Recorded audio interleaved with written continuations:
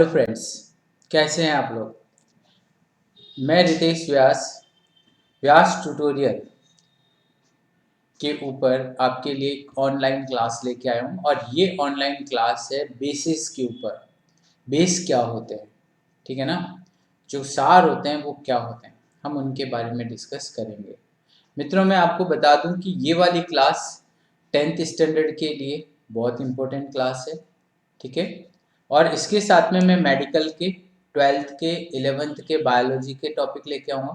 General science के topic में लेके आऊँगा आरपीएससी और यूपीएससी के एग्जामिनेशन के लिए। तो इसलिए जो भी फ्रेंड्स इनकी तैयारी कर रहे हैं वो मेरे इस चैनल को सब्सक्राइब जरूर करें, ठीक है ना। तो हम आज की जो क्लास स्टार्ट करेंगे वो बेसिस के बारे में करेंगे। तो friends, what is basis, basis क्या होते हैं, ठीक है ना। तो सबसे पहले हम ये देखेंगे बेसिस के बारे में। जो बेसिक चीज़ है वो ये है कि बेस होते क्या हैं। तो यहाँ पर आप इसको फर्स्टली देखें, इसके अंदर एक कंपाउंड एक ऐसा कंपाउंड होता है विच रिएक्ट विद हाइड्रोनियम आयन, मतलब वो हाइड्रोनियम आयन से रिएक्ट करेगा। जैसे कि सपोज वो H प्लस से रिएक्ट करता है, ठीक है ना। And is form salt and water, और वो क्या बना देता है, सॉल्ट और वाटर बना देता है। क्या बना देता है, सॉल्ट और वाटर बना देता है। मतलब हाइड्रोनियम से रिएक्ट करके जो सॉल्ट और वाटर बनाता है, ठीक है ना, इज कॉल्ड बेस, ठीक है। या फिर हम इसको डिफाइन कैसे कर सकते हैं, हम इसको डिफाइन कर सकते हैं कि the basis is the compound. Basis ऐसे कंपाउंड होते हैं विच एक्सेप्ट प्रोटोन, मतलब वो हाइड्रोजन को एक्सेप्ट करते हैं और दे प्रोड्यूसेस सॉल्ट एंड वाटर। वो क्या बना देते हैं, सॉल्ट और वाटर बना देते हैं एज ए प्रोडक्ट। तो such type of compounds are called bases, उनको हम बेसिस कह सकते हैं because base react with acid and form salt and water, okay ना। इसके अलावा कुछ इंपॉर्टेंट पॉइंट्स हम लोगों को ध्यान देने हैं, वो ये है, this one first, all simple metallic oxides, जितने भी मेटेलिक ऑक्साइड्स होते हैं, चाहे वो कैल्शियम ऑक्साइड हो, ओके, चाहे वो जिंक ऑक्साइड हो, ठीक है, चाहे वो मैग्नीशियम ऑक्साइड हो, एनी मेटल ऑक्साइड, किसी भी मेटल के साथ अगर ऑक्साइड्स लग जाते हैं तो दोज आर बेसिस। वो बेसिस होते हैं, बेस की तरह एक्ट करते हैं, ओके। और इसके अलावा जितने भी मेटेलिक हाइड्रो ऑक्साइड्स होते हैं, मेटल के आगे हाइड्रो ऑक्साइड लग गया, जैसे हम एक एग्जांपल ले लेते हैं calcium hydroxide, CaOH whole twice, okay, तो इज ए बेस, वो बेस होगा। तो अगर किसी में ऑक्साइड्स लग जाए मेटल में या हाइड्रो ऑक्साइड्स लग जाएं तो such type of metals are called bases. Metal oxides are called bases, okay ना। उनको हम बेसिस की कैटेगरी में रखेंगे। क्लियर है, कोई कंफ्यूजन नहीं। तो this is the first point. इसके बाद में हम जो डिस्कस कर रहे हैं वो अगले पॉइंट को डिस्कस करें। This is alkali. What is alkali, alkali क्या होते हैं। तो आपको मैं बता दूं कि एल्काली जो होते हैं they are the water soluble bases, ठीक है ना। क्या होते हैं, वाटर सॉल्यूबल बेसिस होते हैं एल्काली। जैसे हम यहाँ पर देखते हैं the base which is soluble in water, मतलब ऐसे बेसिस जो वाटर में सॉल्यूबल होते हैं इज कॉल्ड एल्काली। तो हम ये बोल सकते हैं water soluble bases are called alkali, ठीक है। और अगर हम मॉडर्न कॉन्सेप्ट्स की बात करते हैं, मॉडर्न कॉन्सेप्ट्स की बात करते हैं, जो रिसेंटली जो कॉन्सेप्ट चल रहा है, अगर हम उसकी बात करते हैं तो दैट टाइम हम ये बोल सकते हैं the compound which dissolving into the water, ऐसे कंपाउंड जो वाटर में डिजॉल्व होकर दे प्रोड्यूसेस OH माइनस आयंस। जैसे H प्लस आयन दे रहे थे तो वो एसिड थे, OH माइनस आयंस देंगे तो वो क्या हो जाएंगे, एल्काली हो जाएंगे, because they soluble into the water, और water soluble bases are known as alkali. तो एल्काली वो होते हैं जो OH माइनस आयन देते हैं इन देयर एक्वस सॉल्यूशन। तो अगर वो एक्वस सॉल्यूशन पानी में डिजोल्व हो गए तो ऑटोमेटिक एल्काली हो गए। OH दे रहे हैं तो बेस वाली कैटेगरी में आ गए, ठीक है ना। इसके अलावा कुछ पॉइंट्स हम लोगों को और देखना है, जैसे एक नोट यहाँ पे हम लोगों ने मेंशन किया हुआ है कि ऑल एल्कालीज आर बेसिस, जितने भी एल्काली होंगे मतलब जो वाटर सॉल्यूबल बेसिस हैं, they are bases in nature, but all bases are not alkali, मतलब जितने भी एल्काली होंगे, ये आप यहाँ देखिए इस चीज को, जितने भी एल्काली हैं वो बेसिस हैं, क्योंकि they are soluble in water, water soluble bases is alkali, but सारे बेसिस जो होते हैं ना, they are not soluble into the water, वो वाटर में सॉल्यूबल नहीं होते, इसलिए सारे बेसिस एल्काली नहीं होंगे, पर सारे एल्काली बेसिस की कैटेगरी में आएंगे। एग्जाम्पल हम लोग ले लेते हैं, जैसे हम यहाँ पर इसका एक एग्जाम्पल लेते हैं, कॉमन एग्जाम्पल ये देखिएगा, कर्सर कहाँ चला जाता है, ये रहा, इसका एक एग्जाम्पल हम लोग यहाँ पे ले रहे हैं, that is the important potassium hydroxide.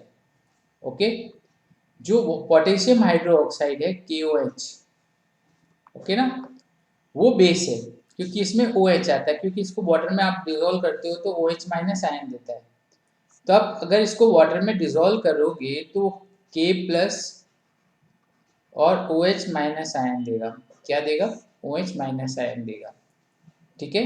और कब देगा OH minus ion, if we dissolve into the water, water में डिजोल्व करेंगे, तो वाटर में डिजोल्व करते ही कौन से बेसिस में आ जाते हैं, एल्काली में आ जाते हैं या नहीं आ जाते, तो हम ये बोलेंगे कि KOH is a alkali because is water soluble. Whereas हम बात करते हैं इसकी जिंक हाइड्रोक्साइड की, ओके, जिंक हाइड्रोक्साइड भी बेस है, पर ये ऐसा बेस है फ्रेंड्स कि जो वाटर में डिजोल्व नहीं हो पाता, is not dissolve into the water, और जब वाटर में डिजोल्व नहीं हो पा रहा है तो ऐसा बेस एल्काली नहीं होगा, ठीक है ना। तो एल्काली वही बेसिस होंगे जो वाटर में डिजोल्व होते हैं, जो नहीं होते वो नॉर्मल बेसिस की कैटेगरी में आएंगे। इसलिए हम बोल सकते हैं कि all alkalis are bases but all bases are not alkali, क्योंकि सारे बेसिस वाटर में डिजोल्व नहीं होते, पर सारे एल्काली बेसिस होते हैं क्योंकि they have OH minus ions. Okay, तो that is the second point. Third point हम लेते हैं strong and weak alkalis. Alkalis का मतलब वाटर सॉल्यूबल बेसिस, ये चीज आप याद रखिएगा, एल्काली का मतलब है वाटर सॉल्यूबल बेसिस। और मैंने आपको बताया कि जो एल्कालीज होते हैं they dissolve into the water and form OH minus ion, यही बताया था, ठीक है।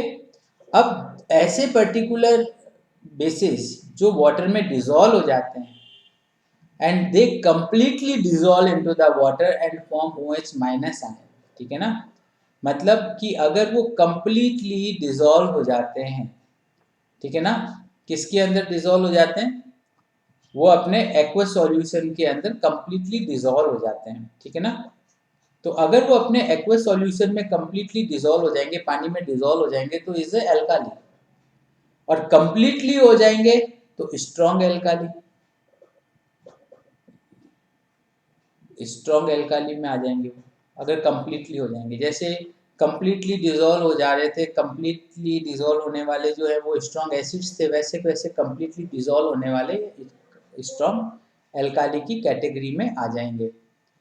जैसे हम देखते हैं लिथियम हाइड्रोक्साइड, ये कंप्लीटली डिजोल्व हो जाता है, KOH potassium hydroxide completely dissolve हो जाता है, बेरियम हाइड्रोक्साइड कंप्लीटली डिजोल्व हो जाता है, और ये सारे सारे OH माइनस प्रोड्यूस कर रहे हैं, और NaOH भी कंप्लीटली डिजोल्व हो जाता है, तो इट मीन्स कि दे आर स्ट्रॉन्ग एल्काली, ठीक है ना, या बेसिस भी बोल सकते हैं आप, कोई इश्यू नहीं है, क्योंकि all alkali are bases, okay, तो ये स्ट्रॉन्ग बेसिस हो गए।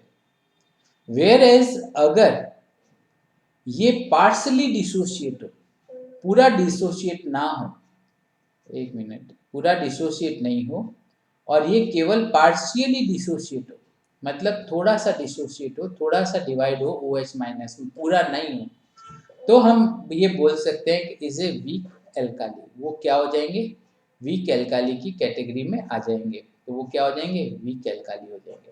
तो strong alkali they are completely dissolve in aqueous solution, and weak alkali are partially dissolve into the their aqueous solution.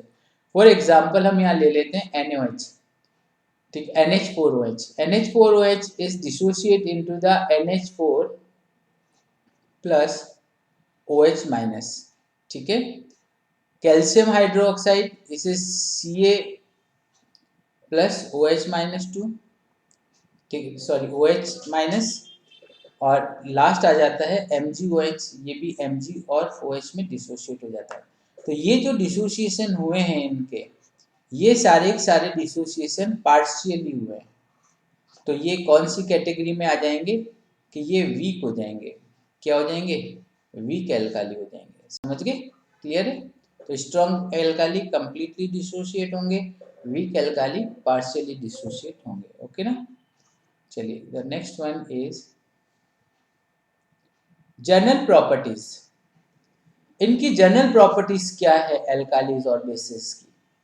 जैसे हमने एसिड में देखा था, तो हमने देखा था एसिड्स आर सोर इन टेस्ट, दे आर सोर इन टेस्ट, इट मींस वो खट्टे होते हैं। वेयर एज अगर हम बेसिस की बात करते हैं फ्रेंड्स, तो जो बेसिस होते हैं ना, they are bitter in taste. ये कैसे होते हैं, टेस्ट के अंदर बीटर होते हैं, कड़वे होते हैं, ओके ना। They are bitter in the taste, okay. दूसरा टच की अगर हम बात करें, तो जो एल्काली होते हैं ना, वो सारे सोपी टच होते हैं, मतलब साबुन की तरह उनका टचिंग होता है, स्लिपरी होते हैं। तीसरी बात अगर हम करते हैं इसके अंदर, तो इफेक्ट ऑफ इंडिकेटर्स। हमने इफेक्ट ऑफ इंडिकेटर एसिड में भी पढ़ा था, जो मेरी पिछला वीडियो था उसके अंदर, और यहाँ पे हम इफेक्ट ऑफ इंडिकेटर बेसिस का पढ़ेंगे। तो बेसिस के अंदर मैं आपको बता दूं कि जो एल्काली होते हैं, alkali is a water soluble bases, turn acidic red litmus into the blue. मतलब वो क्या करते हैं कि रेड लिटमस को ब्लू में कन्वर्ट कर देते हैं। तो मतलब the aqueous solution which convert red litmus into the blue is known as base, okay. दूसरा पॉइंट इसमें जो आता है वो ये आता है, देखिए आप यहाँ पे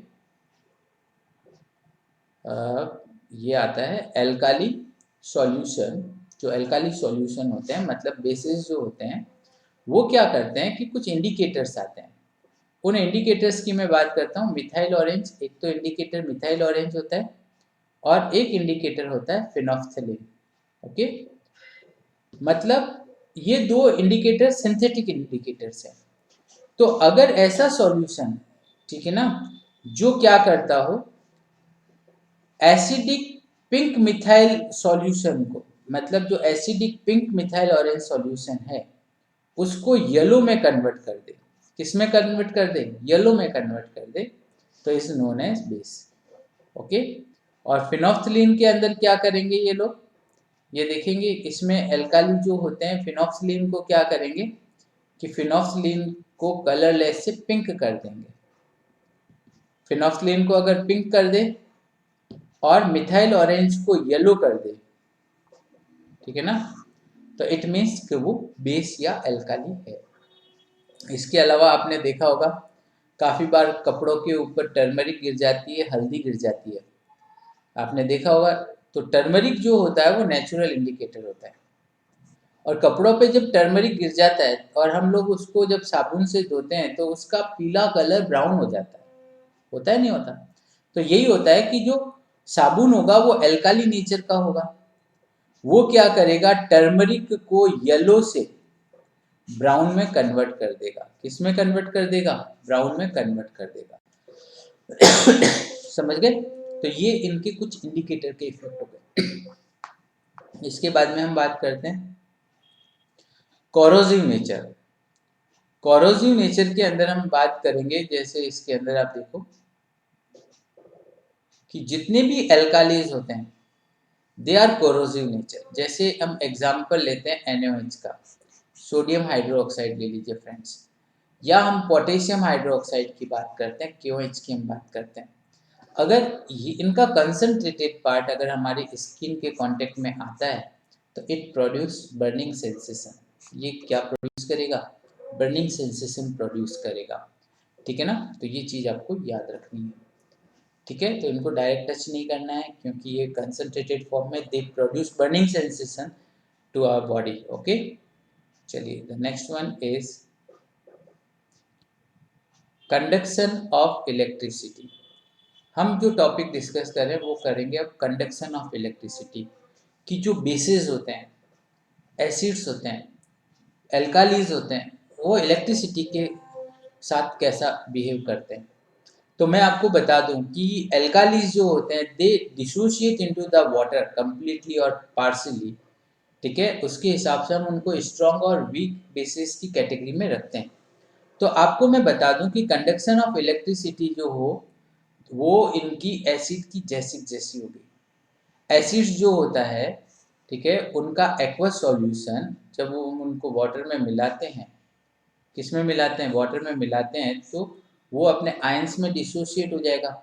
जैसे मैं बात करता हूँ NaOH की, NaOH is a strong base, इसको हम वाटर में डिसोशिएट करेंगे तो वो Na प्लस और OH माइनस बना देगा। तो इन पे चार्जेस है ना, चार्जेस होते ये आयंस हो गए, और जब आयंस होते हैं तो they are good conductor of electricity. तो हम ये बोल सकते हैं the aqueous solution of bases are good conductor of electricity. Clear. इसके बाद में हम जो टॉपिक ले रहे हैं वो ले रहे हैं एक्शन विद एसिड्स। ये वाला टॉपिक है हमारा कि जो एसिड्स के साथ ये कैसे रिएक्ट करते हैं। तो फ्रेंड्स आपको पता है कि एसिड्स और जो बेसिस होते हैं ये दोनों रिएक्ट करेंगे। तो हमने लोअर क्लासेस से पढ़ा हुआ है कि ये सॉल्ट और वाटर बनाएंगे। क्या बनाएंगे, सॉल्ट और वाटर बनाएंगे। तो acid react with bases and form salt and water is neutralisation reaction. तो जैसे हम यहाँ पर एक एग्जांपल ले लेते हैं, ये देखिएगा, ये वाला example, calcium hydroxide is a base, HNO3 is a acid, react to form calcium nitrate is a salt and water. Okay, वैसा वैसा यहाँ पर NaOH और HCl रिएक्ट कर रहे हैं तो कॉमन सॉल्ट और H2O बना रहे हैं। तो जिस रिएक्शन के अंदर H2O बनता है as a by product friends, हम उसको क्या बोलेंगे, न्यूट्रलाइजेशन रिएक्शन बोलेंगे। तो हम ये बोल सकते हैं कि bases react with acid and form salt and water. Okay, and that is called neutralisation reaction. ये कौन सी रिएक्शन हो जाएगी, न्यूट्रलाइजेशन रिएक्शन हो जाएगी। ओके ना। और इसके अंदर न्यूट्रलाइजेशन रिएक्शन में क्या होगा कि H प्लस जो चार्ज आता है, जो H प्लस चार्ज आएगा ये आएगा एसिड से, और OH माइनस जो आएगा ये आएगा बेस से। ओके, तो acid and base react to form salt and water. क्या बना देंगे, सॉल्ट और वाटर बना देंगे। That is the neutralisation reaction. And during the neutralisation reaction friends, मैं आपको एक चीज और बताना चाहूंगा कि जब ये रिएक्शन होगी तो इसके साथ में कुछ हीट इवॉल्व होगी, हीट निकलेगी, and that heat is called heat of neutralisation. उस हीट को हम क्या बोलेंगे, हीट ऑफ न्यूट्रलाइजेशन बोलेंगे। ओके, क्लियर है, कोई कंफ्यूजन नहीं। तो ये वाला टॉपिक हमने किया है। इसके अंदर आप देख लीजिए न्यूट्रलाइजेशन रिएक्शन में मैंने आपको यही बताया था कि H प्लस तो हमको एसिड से मिलेगा, OH माइनस हमको बेस से मिलेगा, और एसिड और बेस मिलकर क्या बना देंगे, सॉल्ट और वाटर बना देंगे। ये यहाँ पर एक और रिएक्शन दे रखी है, ये एसिड है, HNO3 is a nitric acid, KOH is a potassium hydroxide is a base, both react to form, ये दोनों रिएक्ट होंगे तो इसका H और इसका OH, ठीक है ना, ये दोनों मिलकर क्या बना देंगे, वाटर बना देंगे। तो पीछे क्या रह गया, KNO3, वो यहाँ आ गया अपने पास, ठीक है ना। That is neutralisation reaction. इसके बाद में हम बात करते हैं अगले पॉइंट के ऊपर, is a physical application of neutralisation. आपको पता है कि डेली लाइफ में भी हम क्या करते हैं कि एसिड और बेसिस के कुछ यूज़ करते हैं।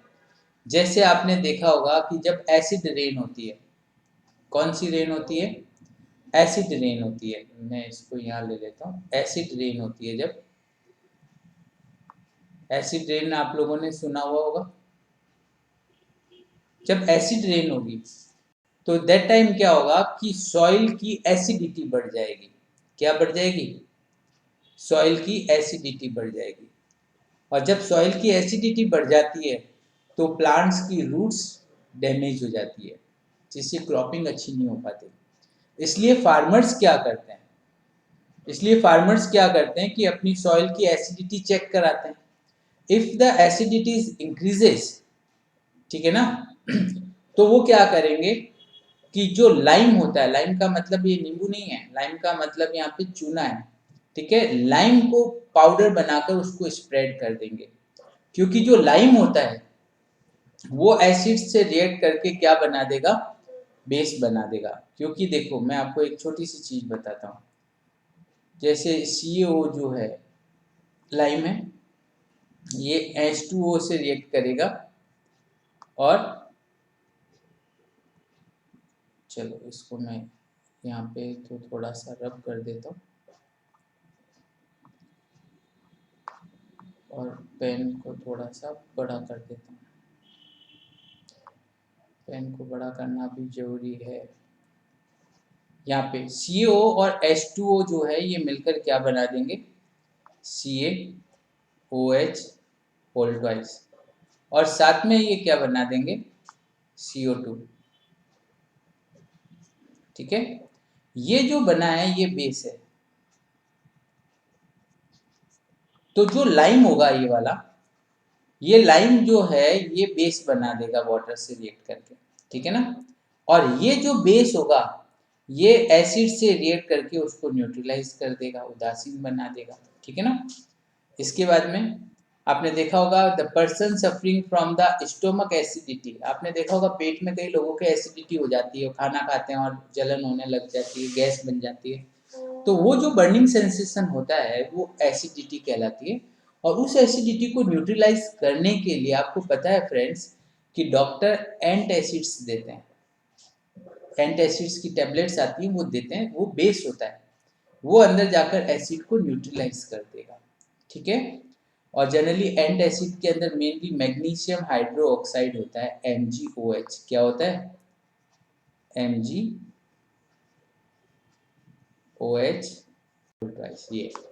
ये क्या करेगा, एसिड को न्यूट्रलाइज कर देगा, ठीक है।